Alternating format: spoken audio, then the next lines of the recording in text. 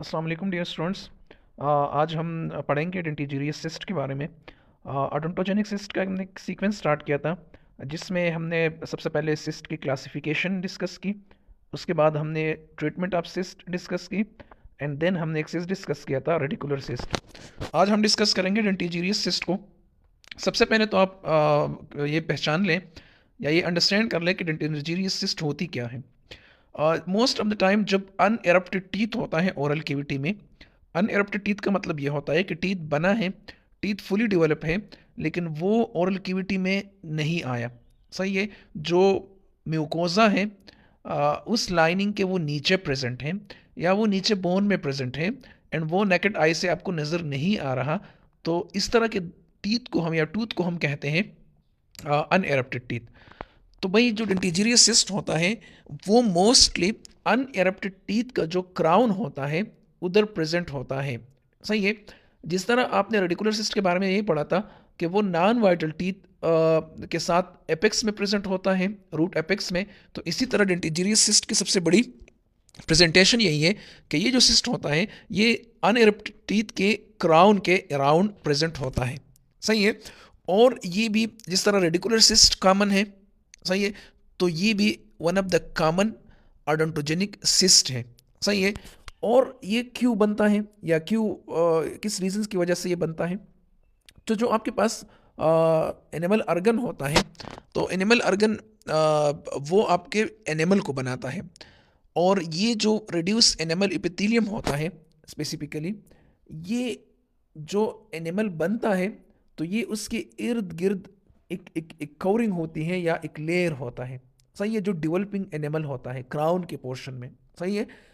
तो जब वो एनिमल पूरी तरह डेवलप होता है या डेवलप हो जाता है, तो ये जो रिड्यूस एनिमल एपिथेलियम है ये फिर अलग हो जाता है एपिथेलियम से। सही है। और ये जो रिड्यूस एनिमल एपिथेलियम है ये फिर क्या हो जाता है, सेपरेट हो जाता है एनिमल से। सही है। और फुली जो एनिमल है टूथ का वो डेवलप हो जाता है।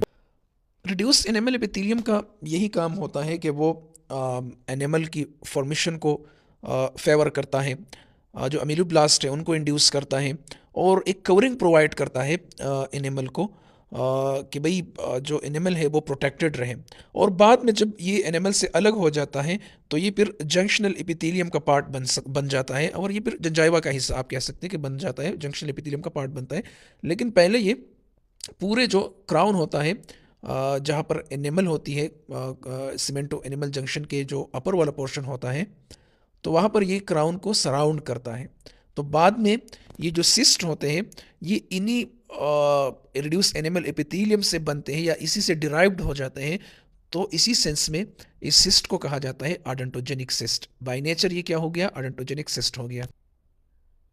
ये जो सिस्ट वॉल होता है ये पूरे क्राउन को सराउंड करता है। जो टूथ की निक होती है या सर्विक्स होती है, from one side to another side, ये क्या होता है, ये एक्सपेंड होता है और टूथ को प्रिवेंशन करता है कि टूथ एरप्ट ना हो, प्रिवेंट करता है फ्रॉम एरप्शन टूथ, और टूथ को ये डिस्प्लेस भी कर सकता है, अपनी जगह से डिस्प्लेस भी कर सकता है किसी भी साइड पे। आप इस पिक्चर को देखेंगे तो ये वाला पॉइंट और ये वाला पॉइंट, इसको हम कहते हैं निक ऑफ टूथ। तो यहाँ से ये सिस्ट इसी तरह एक्सपेंड हुआ है, इसको सीमेंटो एनिमल जंक्शन कहा जाता है, सर्विक्स कहा जाता है। सही है। और ये सिस्ट अब इस टूथ को प्रिवेंट करता है कि ये एरप्शन की तरफ ना जाए। अच्छा, क्लिनिकल फीचर्स को हम देखेंगे तो ये 2:1 में आती है मेल्स टू फीमेल। सही है। मेल्स में ये कॉमन है, ट्वाइस कॉमन है as compare to females. Location इसकी मोस्टली वो प्लेसेस है ओरल कैविटी में, या वो टूथ है स्पेसिफिकली जो इम्पैक्शन का शिकार होती है, या जिसकी फ्रिक्वेंसी है ज़्यादा कि वो इम्पैक्टेड है ओरल कैविटी में या इम्पैक्टेड हो। सही है। तो इसमें सबसे ज़्यादा जो फ्रिक्वेंसी होती है इम्पैक्शन की वो थर्ड मोलर की होती है, lower third molar, then upper canines and lower premolars, ये भी इफेक्ट हो सकते हैं। और ये शो करता है कि ये ज़्यादातर उन्हीं टीथ को टारगेट करता है जिसमें इम्पैक्शन की चांसेस ज़्यादा हो। एज जो है, एज ग्रुप वो 10 से लेके 30 ईयर्स तक है। इसकी क्लिनिकल फीचर्स ऐसी है जिस तरह रेडिकुलर सिस्ट की थी, इंटरनल प्रेशर की वजह से, फ्लूइड की वजह से ये फ्लो करता है, एक्सपेंड होता है। सही है।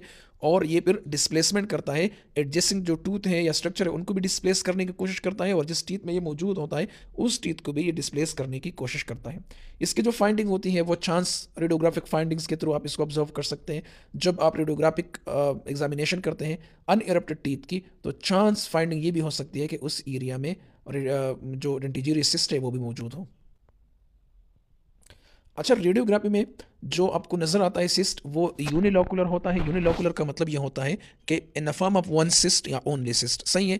मल्टीलोकुलर का कॉन्सेप्ट ये होता है कि वो आपको बंच ऑफ सिस्ट नज़र आता है इसी तरह एक दूसरे के साथ, सही है। मल्टीपल क्यूविटी के सिस्ट इसी तरह नजर आते हैं, जिसको मल्टीलोकुलर कहते हैं। यूनिलोकुलर का मतलब ये होता है कि एक लूप या एक सिस्ट की शक्ल में ये आपको नजर आता है, सिंगल सिस्ट, सही है। और ये कहाँ मौजूद होता है? Crown of teeth. ये पॉइंट भी आप जरा नोट कर लें, सही है। इसकी जो आउटलाइन होती है, जो सरफेस होती है, वो मिनरलाइज्ड होती है, कॉर्टिकेटेड होती है, बोनी टाइप होती है। ये अप टू 10 सेंटीमीटर तक ये क्या कर सकता है? ग्रोथ कर सकता है। और जब बहुत लार्ज सिस्ट होगा तो वो आपको रेडियोग्राफ में मल्टीलोकुलर नज़र आ सकता है, लेकिन बाय नेचर वो यूनिलोकुलर होता है।